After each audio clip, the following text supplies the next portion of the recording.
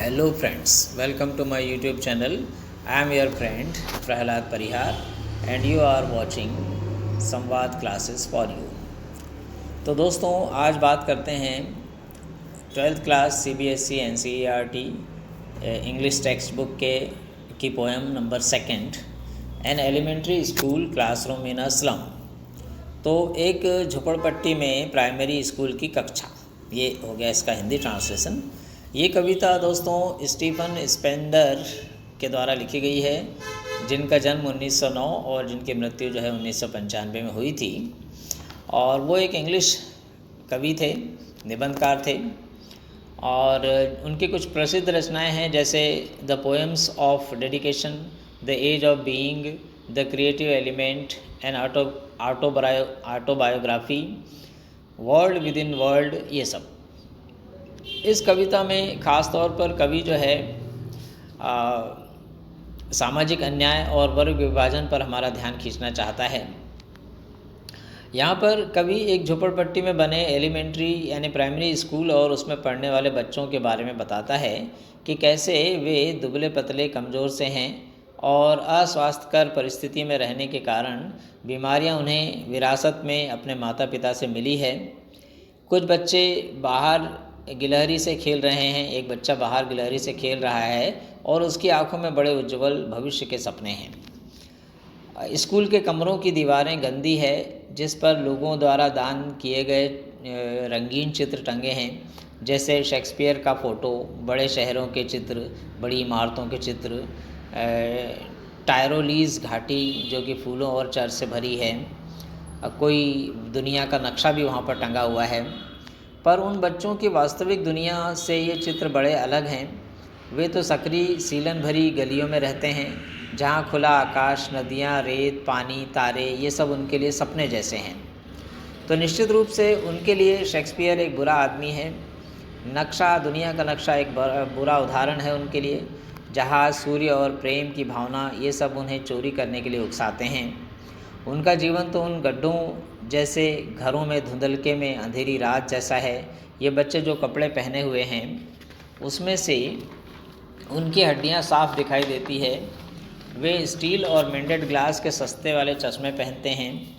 उनका पूरा समय धुंधली झोपड़पट्टी में बीतता है और बाहर की दुनिया का उन्हें क्या पता। यदि सरकार, अधिकारी और सामाजिक कार्यकर्ता वाकई इन बच्चों की परवाह करते हैं तो उन्हें इनको हरे भरे खेत, सुनहरी समुद्री रेत, खुला आकाश, ये सब दिखाना चाहिए। उन्हें ऐसी जगह ले जाना चाहिए, अन्यथा क्लास में लगे ये नक्शे उनके लिए खिड़कियों जैसे होंगे और ये खिड़कियां एक लंबी अंधेरी गलियारों में ही खुलेगी।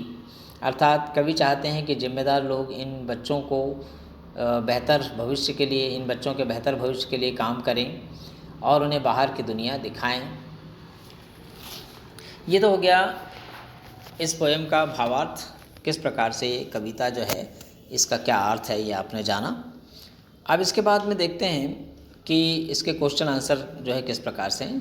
तो थिंक इट आउट में आप देखें, पहला क्वेश्चन है tick the item which best answer the following. पहला ए नंबर, द टाल गर्ल विथ हर हेड वेग डाउन मीन्स, यानी ऊंची लड़की जिसका सिर जो है वजन से झुका हुआ है, तो इसका क्या मतलब है। The girl is all ill and exhausted, has her head bent with shame, has untidy hair. 3 option है। तो पहला इसका आंसर होगा the girl is ill and exhausted, यानी वो लड़की बीमार और थकी हुई है। B number, the paper seeming boy with rat's eye means, पतले पेपर जैसा मतलब कागज़ जैसा लड़का जिसकी आंखें चूहे जैसी है, इसका क्या मतलब है। तो the boy is sly, secretive, thin, hungry and weak, unpleasant looking. तो इसमें जो है सेकंड इसका आंसर है, the boy is thin, hungry and weak, वो लड़का दुबला, भूखा और कमज़ोर है।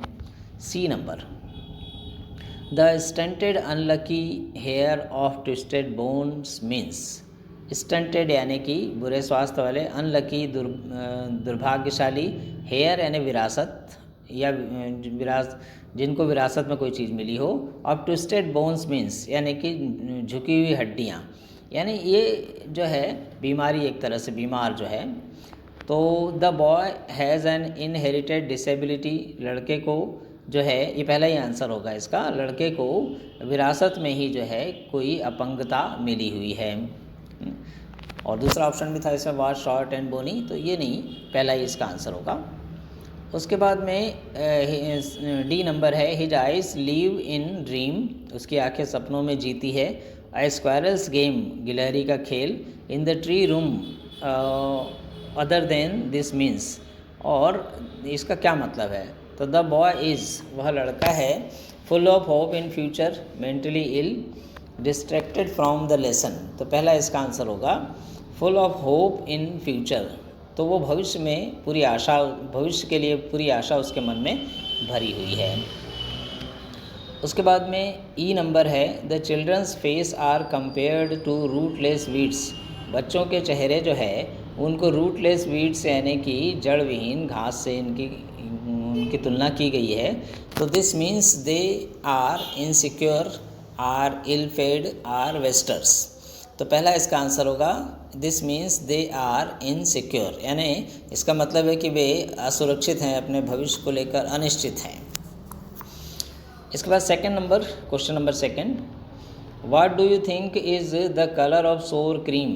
सोर क्रीम यानी खट्टे क्रीम का रंग क्या होता है, आप क्या सोचते हैं।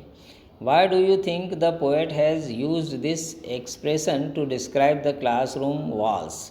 आप क्या सोचते हैं कि कवि ने क्लासरूम की दीवारों को बताने के लिए इस एक्सप्रेशन का यूज़ क्यों किया है।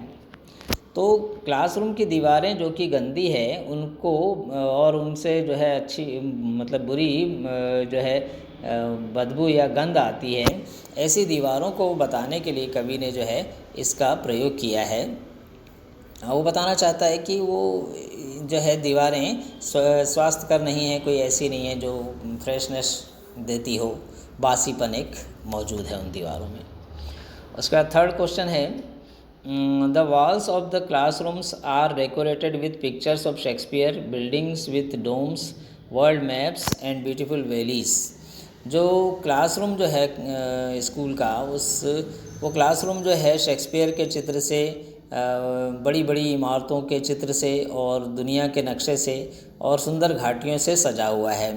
तो how do these contrast with the world of these children, ये सब चीज़ें जो है इन बच्चों के संसार से किस तरह से विपरीत हैं, किस तरह से उल्टी हैं।